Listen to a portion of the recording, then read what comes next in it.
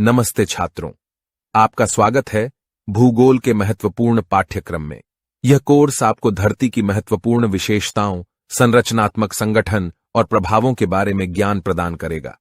यह पाठ्यक्रम यूपीएससी परीक्षा के लिए तैयार किया गया है। भूगोल की विभिन्न शाखाएं, फिजिकल भूगोल, फिजिकल ज्योग्राफी। इस शाखा में धरती की भौतिक संरचना और प्राकृतिक प्रक्रियाओं का अध्ययन होता है। यह भौतिक विशेषताएं शामिल करता है, जैसे कि भूमि, पहाड़, नदी, समुद्र, मौसम, जलवायु, वनस्पति, वन, जल आदि। जलवायु भूगोल, क्लाइमेटोलॉजी। इस शाखा में विभिन्न जलवायु क्षेत्रों के अध्ययन की जाती है। यह वर्षा, तापमान, वायुमंडल, हवा की गतिविधियां, बादल, मौसम पैटर्न, ऋतुएं, जलवायु परिवर्तन आदि को शामिल करता है। मानवीय भूगोल, ह्यूमन ज्योग्राफी। इस शाखा में मानव जीवन के संबंध में अध्ययन किया जाता है। यह समाज, संस्कृति, आबादी, सरकार, भूगर्भित संसाधन, वाणिज्य, पर्यटन, नक्शापन, नगरीकरण, औद्योगिकी, व्यापार आदि पर ध्यान केंद्रित करता है। आज हम भारतीय भूगोल के विषय पर बात करेंगे। भारत एशिया महाद्वीप पर स्थित है।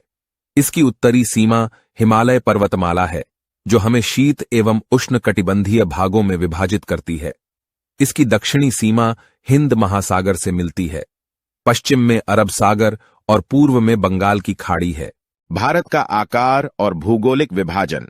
भारत का कुल क्षेत्रफल लगभग 3.28 मिलियन वर्ग किलोमीटर है। यह ग्रीनविच मेरिडियन से 68.7 डिग्री पूर्वी और 97.25 डिग्री वेस्ट लॉन्जिट्यूड पश्चिमी देशांतर तक फैला हुआ है। इसका भौगोलिक विभाजन इंडियन नेशनल डिमेंशनल डिवीजन के आधार पर 4 भागों में होता है: उत्तर, दक्षिण, पूर्व और पश्चिम। ट्रॉपिकल और सब ट्रॉपिकल वन विश्व में विभिन्न क्षेत्रों में पाए जाते हैं। ये वन ट्रॉपिकल और नमीपूर्ण जलवायु क्षेत्रों में बसे होते हैं। चलिए हम इसे कुछ बिंदुओं में विस्तार से समझें। ट्रॉपिकल वनों का स्थान मेडिटेरेनियन रीजन्स के नजदीक होता है।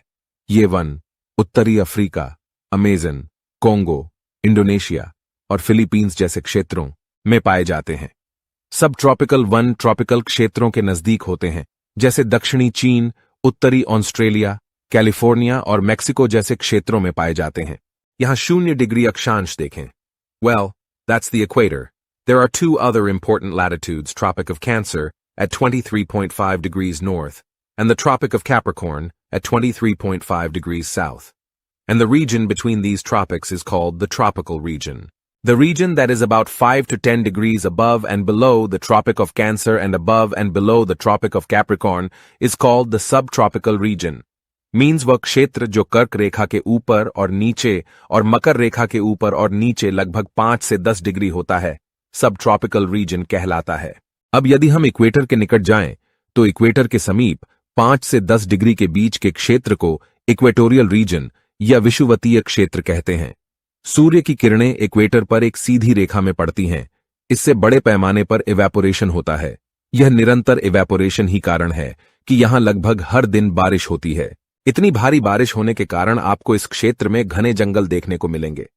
ये जंगल इतने घने हो गए हैं कि पत्तियां और शाखाएं एक छत की तरह काम करती हैं, जिससे अधिकांश सूर्य के प्रकाश को जमीन तक पहुंचना मुश्किल हो जाता है। अतः धरातल लगभग स्थायी रूप से अंधकार में रहता है। केवल शेड टॉलरेंट वेजिटेशन मीन्स छाया सहिष्णु वनस्पति ही यहां उगने की क्षमता रखती है। ऐसा निरंतर इवेपोरेशन एक और काम करता है, यह हवा में हाई ह्यूमिडिटी की ओर ले जाता है। और जैसा कि हम जानते हैं, नमी का उच्च स्तर आपको सीधा, असहज, उमस भरा और चिपचिपा महसूस करा सकता है। यह भूगोल का पहला वीडियो है। अगले वीडियो में मिलते हैं। Happy learning.